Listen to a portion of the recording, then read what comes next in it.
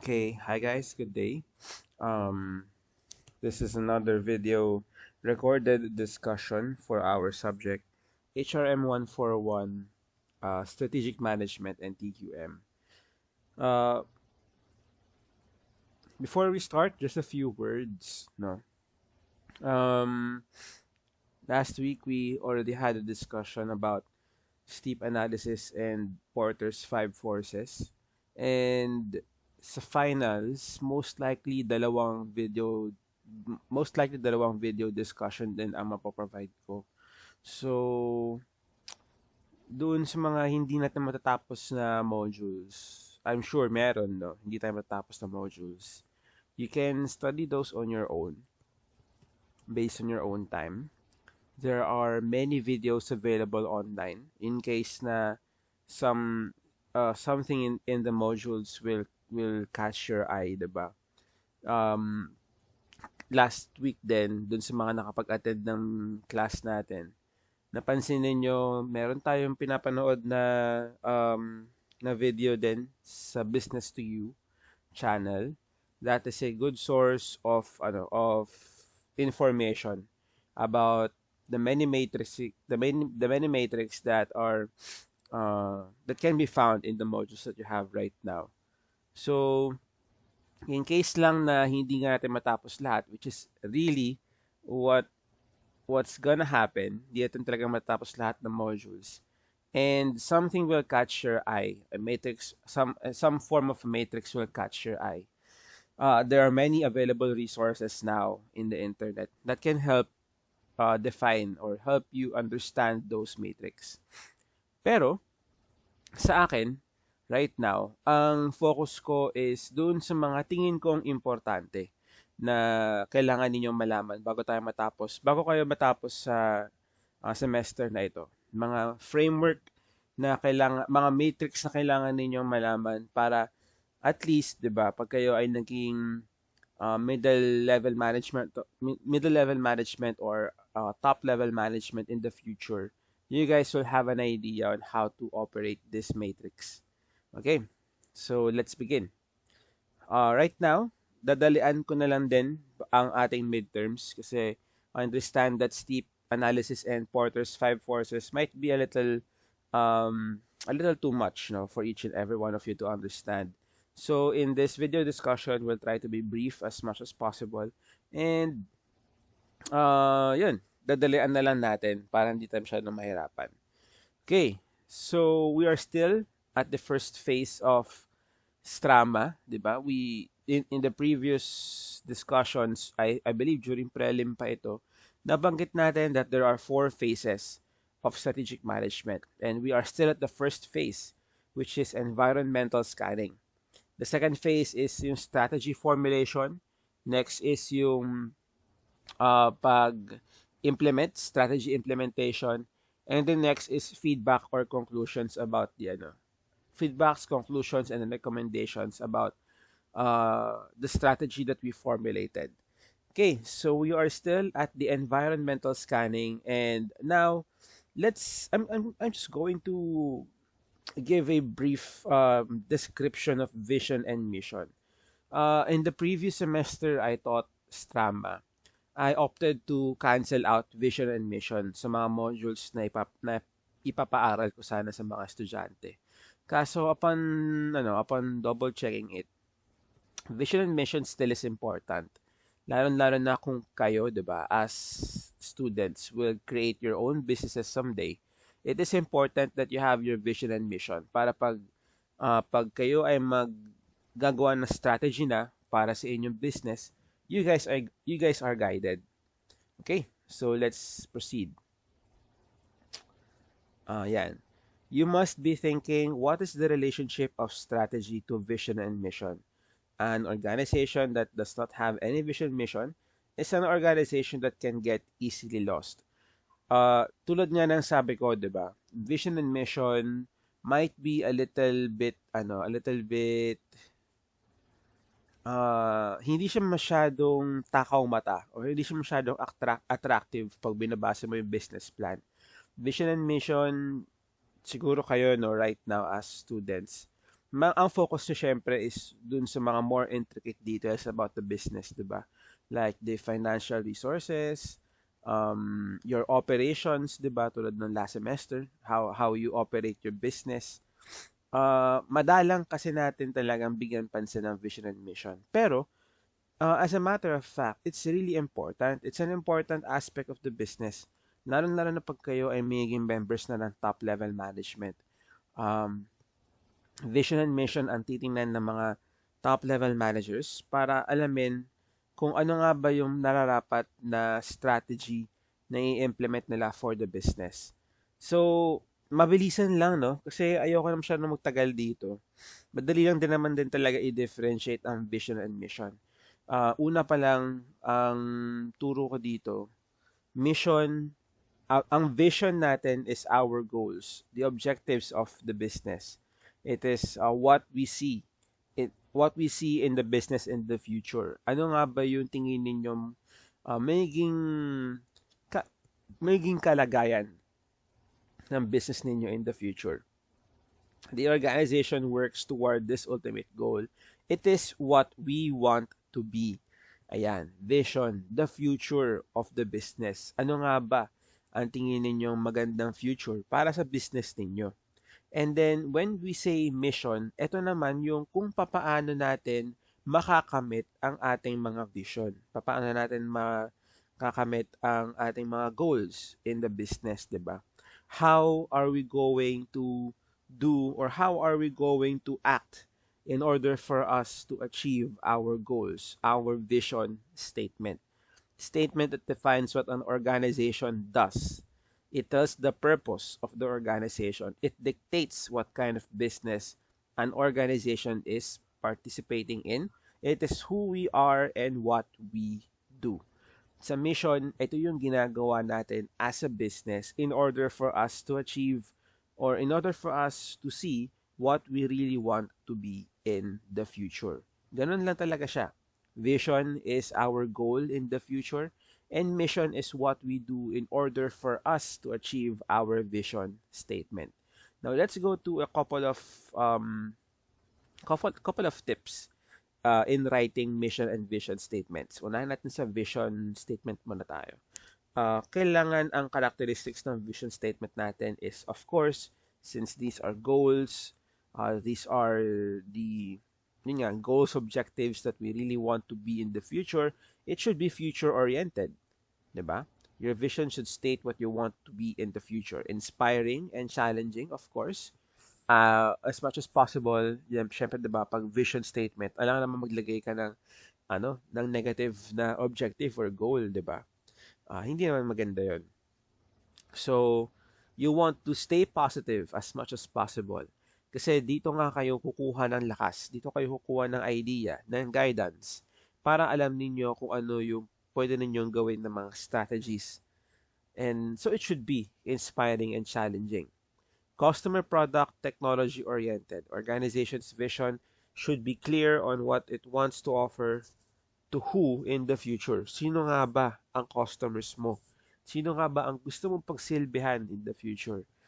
And paano mo makakamit yung connection between the customers that you have, the product you're offering, and the technology that you are using in order to operate, in order to work as a business.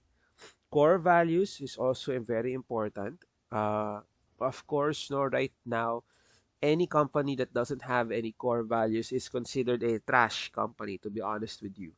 Uh, lalo na sa workforce ngayon na available, di ba? Kung titingnan nyo yung demographic profile ng workforce ngayon, mostly are millennials and young adults, di ba? Some Generation Z are already graduates, so they are already part of the workforce as well. And kung mapapansin din ninyo, mataas ang retention rate sa mga ganitong klaseng workforce. Madalas may mga tao na nagre-resign dahil sa mga iba't ibang bagay naman, no? Iba't ibang factors. Pero ang gusto ko sabihin dito is one of the most important things that you have to consider when making a business is the core value, no? Kasi ito yung magiging ito yung magiging guide ninyo in the future para alam ninyo kung sinong klaseng tao ba ang kukunin ninyo in the future. Ano ang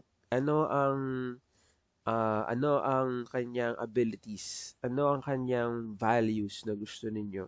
Dapat yung values na yun ay nakapaloob doon sa core values ng company. And kasi kung hindi maganda ang core value ng company ninyo, kung hindi maganda ang kultura ng organization ninyo, hindi magiging maganda ang retention rate at talagang magre-resign yung mga tao. Kailangan kailangan firm yung organization about the core values para alam nila kung sinong klaseng tao nga ba talaga ang pwedeng magtrabaho doon sa business nila. An example that I can give here is when I worked at Shake Shack. When I worked at Shake Shack, I worked with different kinds of people, no, from different societies. Merong mga upscale, medyo mayayaman. Meron din naman kaya paano yung mga normal citizen lang na may anak, may pamilya na, mga nanay, mga tatay, mga minsan hindi pa nakapagtapos ng college. So, I worked with a spectrum of different people back then. Pero bakit nga ba kami as a team kahit very kami, very very different kami from one another. 'Di ba? Nagva-vary talaga yung ang aming mga socio-demographic profile. May mga ka-work ako na matatanda na, may mga ka-work ako na mga bata pa, mas bata pa sa akin. May mga ka-work ako na hindi pa graduate ng college, may mga ka-work ako na graduate na ng college, mayayaman, nakapunta na ng ibang bansa. Meron naman mga hindi pa nakakapunta ng ibang bansa. Pero still, no, why do we work perfectly with each other?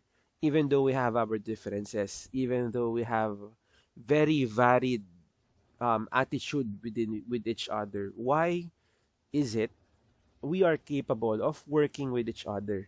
Doon ko lang napansin that Shake Shack, upon hiring us, yung pioneer team, no, Pioneer team consists of 70 people. Kami, 70 kami plus na nagsimula ng store dito sa Philippines. And kahit marami kami, why do we work perfectly together? And yun sa core values. Napansin ko, Shake Shack really sought out people who are under the core values of the company, the core values of the store. Um, they looked for we had various trainings, various screening process para makita talaga kung ano ba talaga ang ugali ng mga tao. Paano sila nag-work under pressure? How do they work with each other, with different kinds of people? Core values ang tinignan nila. Kaya yon, we worked perfectly with each other. And that is the importance of core values. Yun yung magiging struktura ng company mo. Next is ambitious. Of course, if you are future-oriented, it should be ambitious. And competency. It should have a competent value, 'di ba? Hindi lang enough yung inspiring and challenging para sa mga tao. Hindi lang din enough yung establishing the connection between the customer, product, and technology.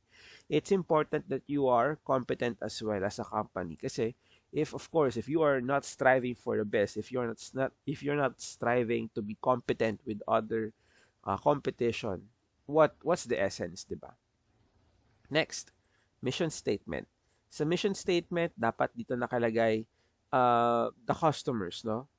'Di ba dito sa mission statement natin, sabi natin dito, ito yung who we are and what we do, the identity of the company and what we do in order to achieve our vision. So mission statement should have the following. Defining who our customers are. Sino nga ba ating mga pinagsiservisyohan? Defining our products or services. Ano ang ating binibenta? How do we sell it? What are our products? Is it tangible or is it a service? Ano yung ino-offer natin para sa ating mga customers? Next is markets. Where are your markets in terms of geography, worldwide or local? When we say markets, it can be connected with the customers, no? Sino nga ba ang ating target market? Sino nga ba ang ating gustong pagserbisyohan? Dito ba sa Pilipinas? Dito ba in a specific, una ba muna in a specific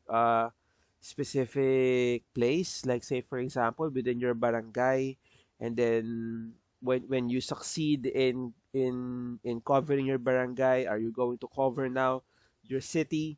And then after covering the city, are you now going to cover the whole island or the whole continent, and then countries, and then ayun. And region, continent pala ako. Region and then country. So, sino nga ba yung gusto mong pagbentahan? Next is technology, of course. You should always state what are your capabilities, what are your resources. Concern for survival, commitment to growth and sustainability. Within, ito yung sa Philippines na, no, ito na yung estado ng ating natural environment. Are we going to be sustainable para sa ating business or not? The philosophy, same with core values, pero philosophy is um, more on the present, no? The present state of the company. Ano yung kailangan ninyong mindset ngayon? Ano yung kailangan ninyong perspective na para magawa yung current mission ng company ninyo? Self-concept, competitive advantage, that help you deliver your promise, sort of like your unique offering or unique capabilities. Ano yung something na pwede ninyong masabi na sa inyo lang galing? Na pwede ninyong masabi na ito yung ino-offer namin na something special. Next is concern for public image. Of course, um, we should have a concern on our public image because this is our branding. And our branding is our marketing strategy. How are we going to attract our customers? How are we going to attract our markets if we don't have any concern for our public image? So very important din na meron tayong concern sa ating branding. And then of course, lastly, the most important out of all, our concern for employees. Guys, lagi niyong tatandaan, if you have your own businesses someday, you should always have concern for your employees. Employees are your internal customers. 'Di ba? Upon dun sa mga business owners, we have two types of customers. We have the internal and we have the external. External customers, ito yung pinagbebentahan natin ng produkto. Pero internal customers naman, ito yung mga empleyado, our employees.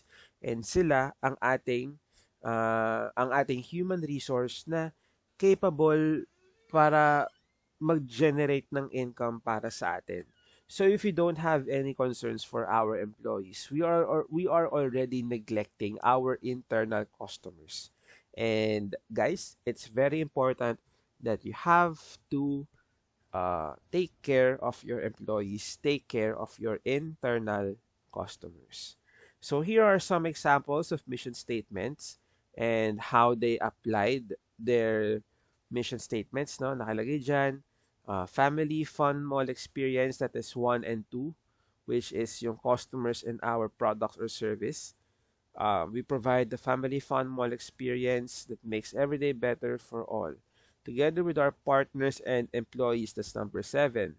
Self-concept, your competitive advantage to help you deliver your promise. We commit to a better quality of life, communities we serve, by supporting programs and activities that are socially responsible and environmentally sustainable. That is 6 and 8, your philosophy and your concern for public image. So yun, here are some statements para makita ninyo kung ano yung para mag-generate ng mission and vision statement. So tatandaan nyo, vision statement is our goals and objectives. It should be future-oriented and such.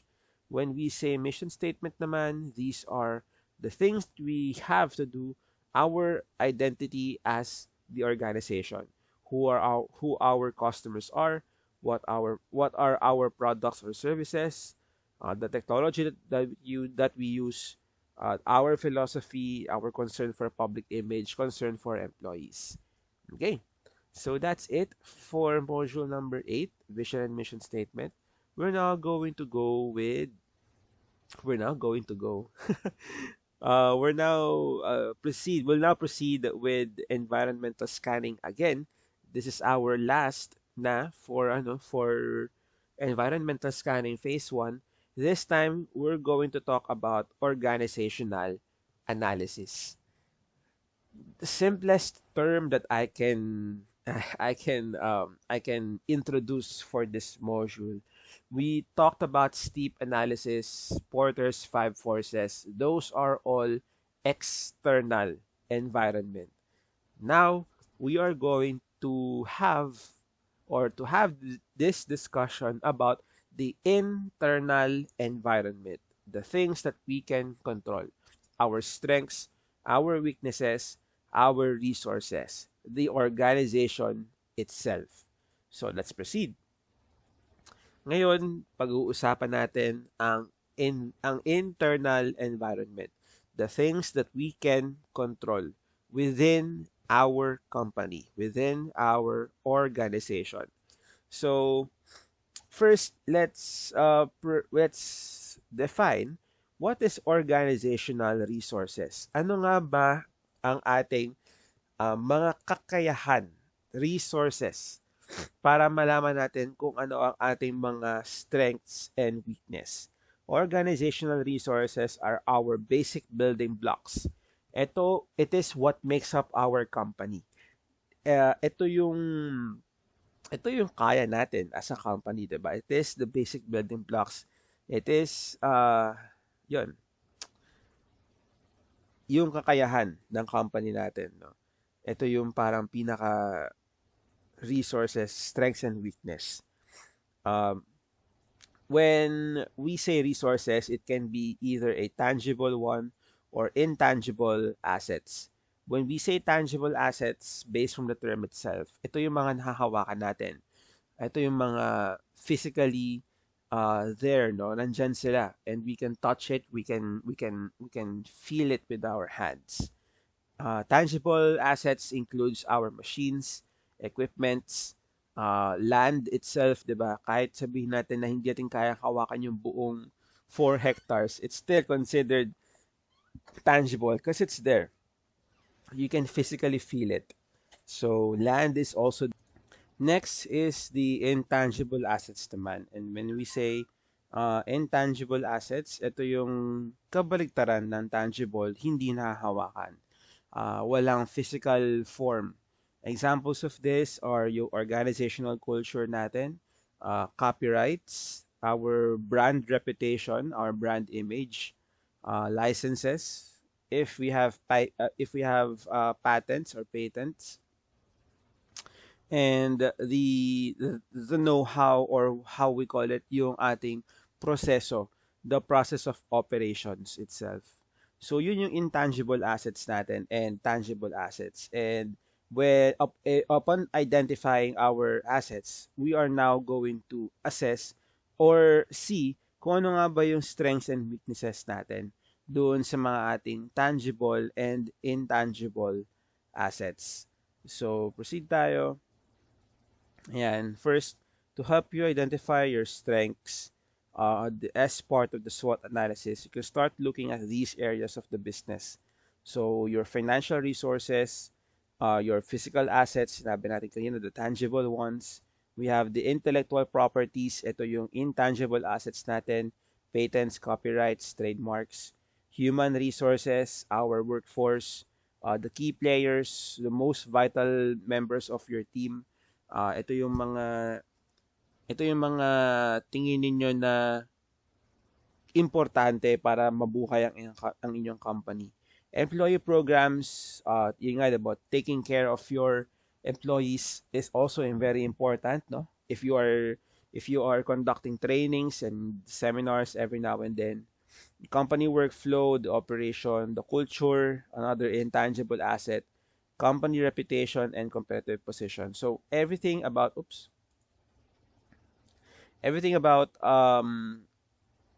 the internal aspects of your company. Here, ito yung mga titingnan ninyong areas para malaman ninyo or para ma-consider ninyo kung ano nga ba yung mga strengths ninyo as a business. So now, you can also try asking yourself with questions to start your train of thought. What are your advantages? What do you do better than anyone else? Examples of um, ayun nga, questions that you can ask yourself in order for you to identify your strengths and your weaknesses. So let's proceed now. No? Upon identifying our strengths and weaknesses, we are also identifying our capabilities, mga kakayahan natin. And the definition of a capability is the organization's ability to utilize and use its resource exceptionally. So, halimbawa, meron kayo resource sa inyong company. Let's say, for example, within your company, you have an uh, exceptional, exceptional kitchen team, exceptional kitchen team. Isa kayong restaurant and ang iyong mga tao sa kusina ay very skilled, no? They have a lot of experiences already working in various restaurants for how many years. So you can say that your kitchen team is very, very competent. And you can see within the operations itself that they're very capable, or they are very efficient, they are very effective. So it means to say that your human workforce in your kitchen team is very capable, since you are they are exceptional, 'di ba? When it comes to anong tawag dito, pag-act para makuha yung vision and mission statement ng company ninyo. So you can clearly say that your kitchen team within your restaurant is one of your capabilities. Now, when we say capabilities, these are very specific on each department, on each business unit that you have in your organization. For example, you can have capabilities in your accounting department. Halimbawa, yung mga tao sa accounting department ninyo, uh, mabilis sila natatapos lahat ng records ng sales, lahat ng records na lumalabas at pumapasok na pera sa within the company. And if your accounting department is exceptional, it means to say mabilis ninyo makukuha yung mga reports. At pag nabilis nyo nakuha yung mga reports, it is more efficient and effective for the top level management to strategize kung ano nga ba ang magiging agos ng kanilang company, whether they have to try to look for ways para mag-grow, or they can sustain the company status. So it means to say it's a capability kasi marami na siyang nagawa, and it's very specific on different departments or business units. Now, when we have different kinds of capabilities working together, diba? Capabilities coordinate and become cross-functionally integrated. It means different capabilities are working hand in hand. They are now considered as a competency. A competency naman is ito yung parang unique factor, or ito yung selling point ninyo. Ito yung dahilan kung bakit kayo kumikita ng malaki. An example of this is core competency in innovation can be brought about the integration between marketing capabilities, R&D, and production capabilities. Sa example na ito, nakasabi, for example lang, yung company mo, na-identify ninyo na yung core competency ng company ninyo is innovation. Magaling kayo sa innovation as a company. Marami kayo na-invent ng mga bagong technologies, panibagong mga applications or softwares or hardware, kung ano man yan, you are very much prominent when it comes to innovation. So, it is your competency. How can you achieve that competency in innovation? There should be different capabilities working hand in hand. So, it means to say, if you have a core competency in innovation, it means to say, or most likely, meron kang capabilities sa iyong marketing, meron kang capabilities sa research and development or R&D, and meron kang capabilities sa production. Kaya ngayon, those capabilities work hand in hand in order for you to have a core competency in innovation. Ganun po yung competency. Sa example na binigay natin kanina, 'di ba? Kitchen 'yan, sa kitchen, sa kusina. Sa kusina, core competency ninyo is mabilis ang serving. Mabilis ang serving time. Upon ordering the food, most likely it will be delivered to you in a matter of minutes or even seconds. Depende sa maging galing ng iyong mga tao. Now, if that is your core competency, 'di ba? A fast serving time of quality food, your capabilities now will lie on different business units, such as your kitchen. There should be kitchen capability. There should be a kitchen capability para maluto yung pagkain ng mabilis. Next, service capability. The service team should be fast and very alert when it comes to delivering the food from the kitchen to the table of the guests. So, service capability iyon. Aside from kitchen and service capability, sabihin natin ang inyong ergonomics o yung structure ng iyong restaurant is also can be considered capability kasi dahil sa structure ng restaurant mo, the kitchen and the servers are working very smoothly. So all of those capabilities turn into a core competency, which is your fast serving time of quality food. So yun po yung pagkaka-connect ng capabilities and competencies. Now, lastly, we will now define kung ano nga ba sa mga competencies na meron tayo, no? When we will define our core competencies, ano nga ba doon ang mako-consider natin na long term? Ano yung mako-consider natin doon na very efficient and very effective na para sa business mo in the future? We will use a specific framework to identify whether or not our core competencies really are for long-term competitive advantage. And that is the VRIO framework. When we say VRIO framework, dito, we will ask four kinds of questions. Four questions dun sa ating core competency to really identify whether or not our competency is for our long-term competitive advantage.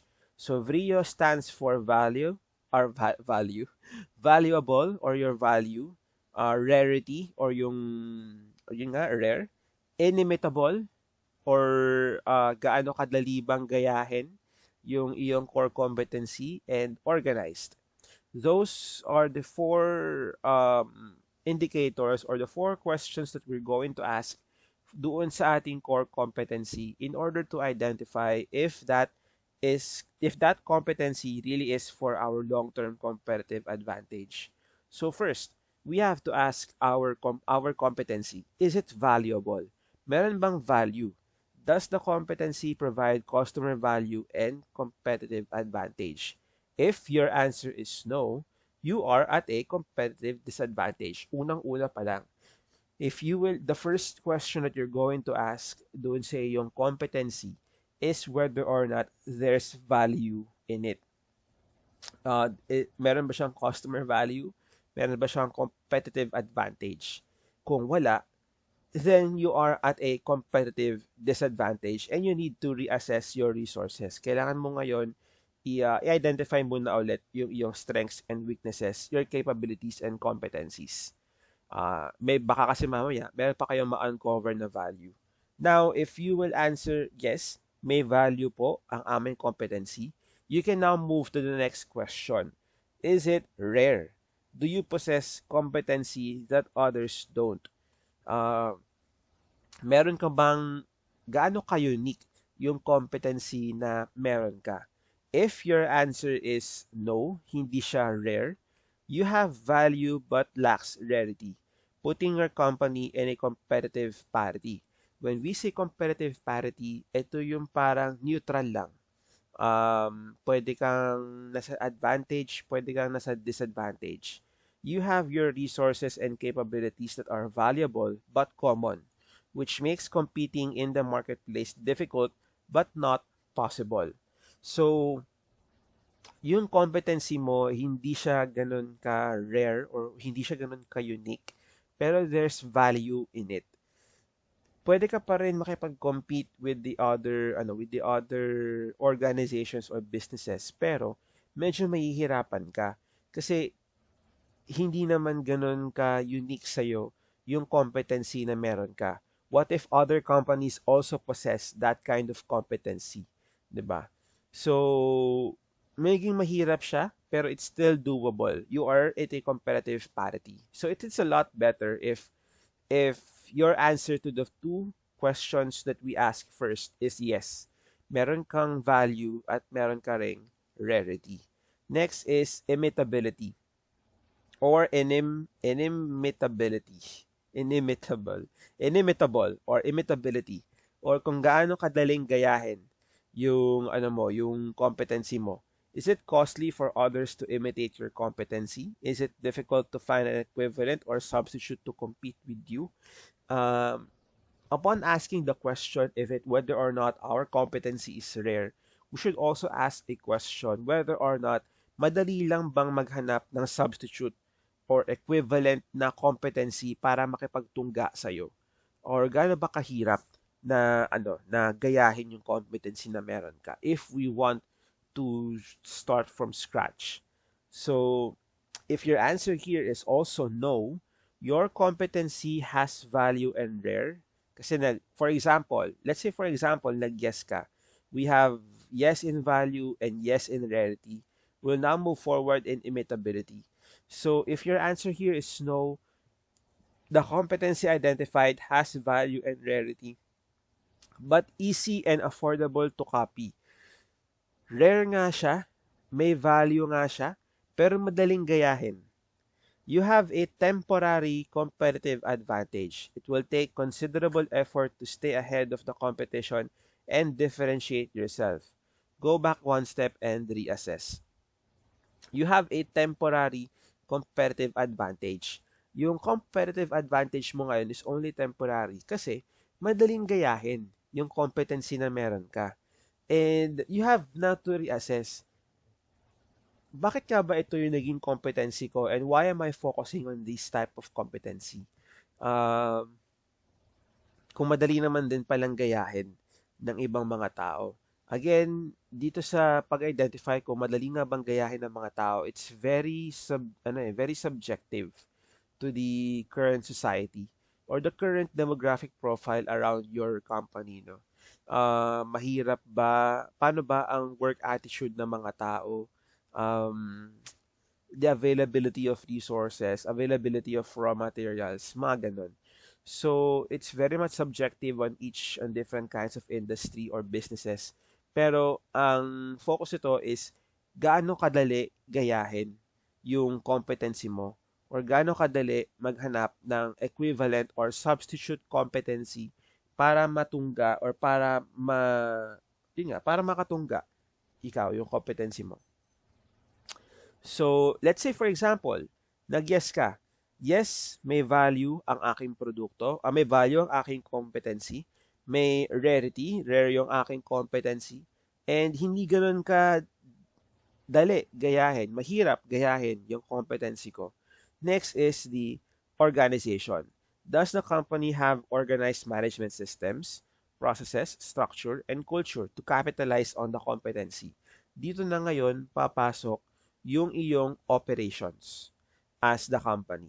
Paano nga ba mag-operate ang company mo? Is it capable of delivering your competency? Is it capable of having it run in a long term or long periods of time? Gaano ka, yun nga, the management system, the processes, the structure, the culture to capitalize the competency. Ano yung mga intangible assets mo na pwedeng susuporta doon sa core competency mo? If your answer here is no, it will be difficult to fully realize the potential of your value. Yes, no, we have a valuable competency, we have a rare competency, and very difficult to imitate. Pero wala tayong kakayahan to support it. Wala tayong kakayahan to support the valuable, rare, and costly to imitate competency. Your company will have an unused competitive advantage kasi it is a competitive advantage pero hindi mo ma-deliver kasi wala kang management system, wala kang tao, wala kang maayos na proseso, wala kang capability to utilize the core competency. So sayang lang siya. It is an unused competitive advantage. So you need to reassess how to attain the needed organization to capitalize on the unused competitive advantage. Pero if your answer is yes, your company has achieved the goal of a sustained competitive advantage. So ito po yung VRIO framework. Upon identifying your capabilities and upon identifying your competency, you will run it through a VRIO framework para malaman ninyo if it is sustainable in the long run. So let's say for example, sabi natin kanina, our core competency is yung fast serving of quality food sa ating mga guests from kitchen to table. Let's just say for example that is our core competency. Let's do a VRIO framework. Tingnan natin. VRIO framework. So, para madali, naglabas lang ako ng notepad. Let's have it here. Core competency is our fast quality service, fast service of quality food from kitchen to the table of the guests. Yan. Ito yung core competency natin. Now we're going to do a VRIO framework. Number 1, value. Can we say that this core competency is valuable or not? Ano yung question, di ba? Does the competency provide customer value and competitive advantage? Meron ba siyang binibigay na value para sa ating customers, and can you really see if it can be an advantage? Yes, para sa akin ito. You can consider this yes, and you will now provide the reason why. Why do you answer it yes? Pwede nyo sabihin dito that the core competency identified is provides customer value as um, as as it is focused on customer satisfaction. Yan, kasi nga 'di ba, pag mabilis na serve ang mga pagkain ng guest, syempre mas masaya sila kasi mas mabilis sila makakain. So, yun. We answered the first question as yes. Next is rarity. Rare ba siya para sa iyong company? Let's say, for example, your company is a casual restaurant. Casual restaurant, sabihin natin tulad ng likes ng Shakey's, ganyan. Tulad ng likes ng Shakey's, tulad ng likes ng Max's, ganyan, or ng Kenny Rogers. So, if fast service of quality food from kitchen to the table of the guest, you answered, how can you answer this, no? Is it a yes or a no? Depende sa perspective ng business owner. Let's say, for example, sabihin natin na, well, Shakey's and other types of casual restaurants often have a time limit of serving the food. Minsan, ano yan, kailangan 10 to 15 minutes pa lang nakalabas na yung pagkain. Matagal na pag umabot ng 20 minutes. Naalala ko dati sa amin sa Shake Shack. First 5 minutes is the standard, no? Pag 5 minutes. Pag umaabot na ng more than 5 minutes, medyo substandard na yon. Yellow ticket na kami nun. And then, pag umabot na ng more than 10 minutes, ang waiting time ng food, red ticket na yon, ibig sabihin, hindi na maganda yung, masyado na siyang matagal. So, let's say for example, no, for the sake of examples, let's define it as a yes. Our core competency is rare compared with our competition. Kasi sabihin natin, let's just say for the sake of the example, the core competency identified is rare because other competitors take longer times, or takes other competitors take longer time in serving their food compared with our standard promised for our promised standard time. Yan. Now, let's proceed to the next framework. Sabi naman is imitable. Madali lang bang gayahin ang ating core competency? Sabihin natin na sa sobrang bilis, kaya nating iserve yung mga pagkain na in-order ng guest within 5 minutes. Lahat-lahat na yon. From soup to main course, to salad, to vegetables, to starch, to dessert, sabihin natin. 5 minutes kaya na kagad iserve. Is it imitable? Madali lang ba siyang i-imitate? Sabihin natin na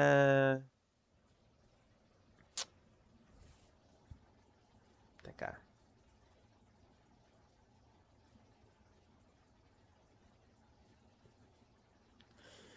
Let's say for example, imitability. Sabihin na rin natin na yes dito.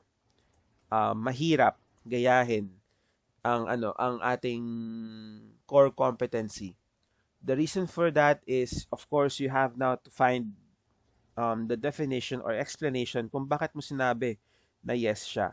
The core competency identified is difficult to imitate because our capability, our service, our and service capabilities came from the hard work and training of our core team. Parang sinasabi natin dito na kaya mabilis ang ating serving time ng quality food kasi maganda ang training na ginawa ng ating kitchen and service team, at they are really working hard for our company. So the last question we have to ask is organization, or yun nga, organization. Meron ba tayong capability to fully utilize this kind of core competency? How are we managing our inventory? How are we managing our stocks? How are we managing the shifting schedules of our skilled workers? Kasi malaki ang nakasalalay sa skilled workers natin dito kasi nga 'di ba, the capabilities that revolves around this competency is yung kitchen and service capabilities. So very dependent siya sa workforce or yung skilled workers natin. So, yun, no? Management system, do we have enough stocks? Do we have enough inventory? Do we have enough machines and equipments to fully utilize this competency? If your answer here is no, sabihin natin. Yes, we have skilled workers. We have a skilled kitchen team. We have a skilled service team that can really deliver our core competency. Kaso nga lang, ang ating machines na ginagamit, ang ating yung ating tables and furnitures, mga equipments, yung mga bagay na sumusuporta sa ating capabilities is hindi ganun kaganda. Let's say for example, luma na yung stove na ginagamit, luma na yung mga machines na ginagamit sa loob ng kitchen, hindi na maganda yung equipments natin, yung ating mga plates, silverwares, yung mga baso natin, luma na. So sabihin natin, 'di ba? The organization is doesn't have is not really that good. Then sayang ngayon yung core competency, no? Sayang na meron tayong kitchen and service capabilities pero hindi maganda yung organization natin. Hindi maganda yung support, yung susuporta sa atin para ma-utilize ang ating core competency. So, pwede nyo lagay dito, the reason why you included it, no. Sabihin natin, the machines and equipments that will be used by our kitchen and service team isn't up to date. Yan, sabihin natin. And might cause issues when operation is ongoing. So, if you answered here no, of course you should have a solution. Management team should make sure that all tangible assets needed in the operations should be well maintained. If it cannot be updated, make sure that all of these are fully functioning.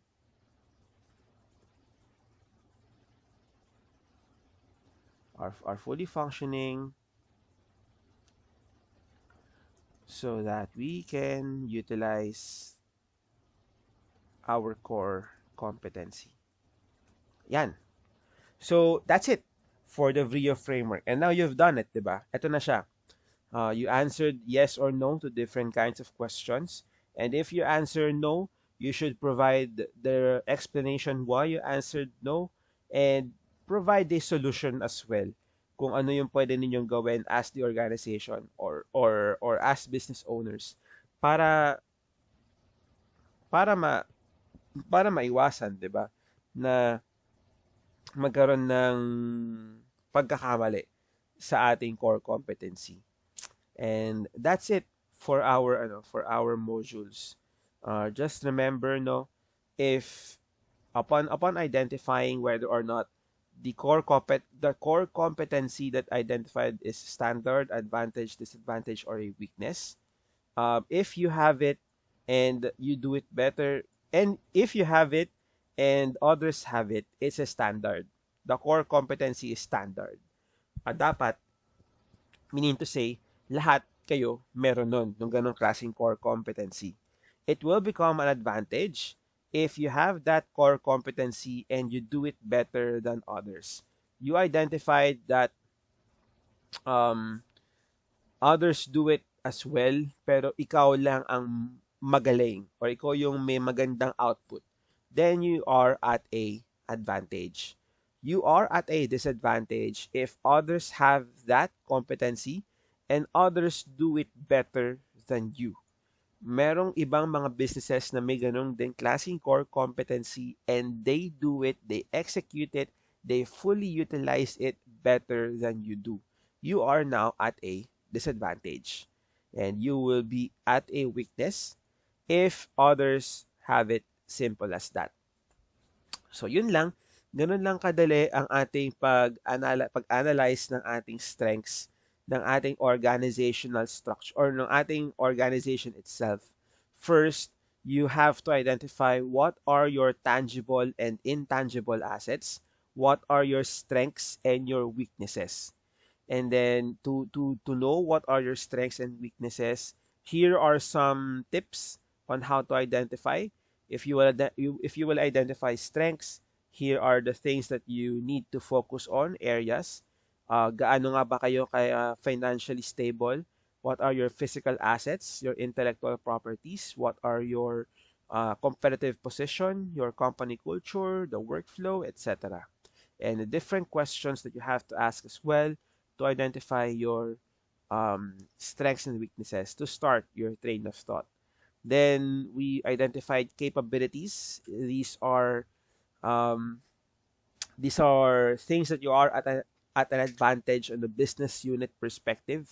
Meron ba kayong capabilities sa iyong operations, sa HR, sa sales, sa accounting, sa operations, sa kusina man kung sakali, and service.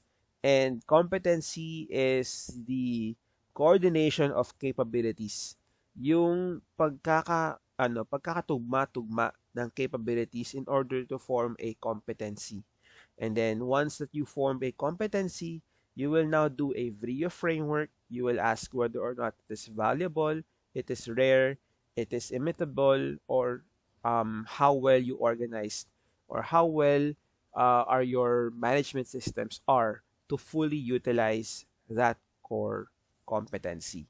So that's it guys for this video discussion. I hope that meron kayo natutunan. Activity will be posted for this week. So please stay tuned na lang sa Google Classrooms natin kung ano yung magiging activity natin. All are required to do this activity, no, kasi wala tayong recitations for this week. So yun lang, that's it. Thank you guys and mag-iingat kayo. Bye.